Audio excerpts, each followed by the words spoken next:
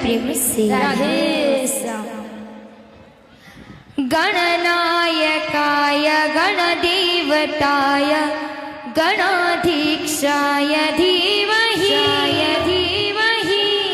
गुणशरीराय गुणमण्डिताय गुणीशानाय धीमहि गुणातीताय गुणाधीक्षाय गुणप्रविष्टाय धीमहि एकदन्ताय वक्रतुण्डाय गौरीत्रनयाय धीमहि गजेशानाय बालचन्द्राय श्रीगणेशाय धीमहि श्रीगणेशाय धीमहि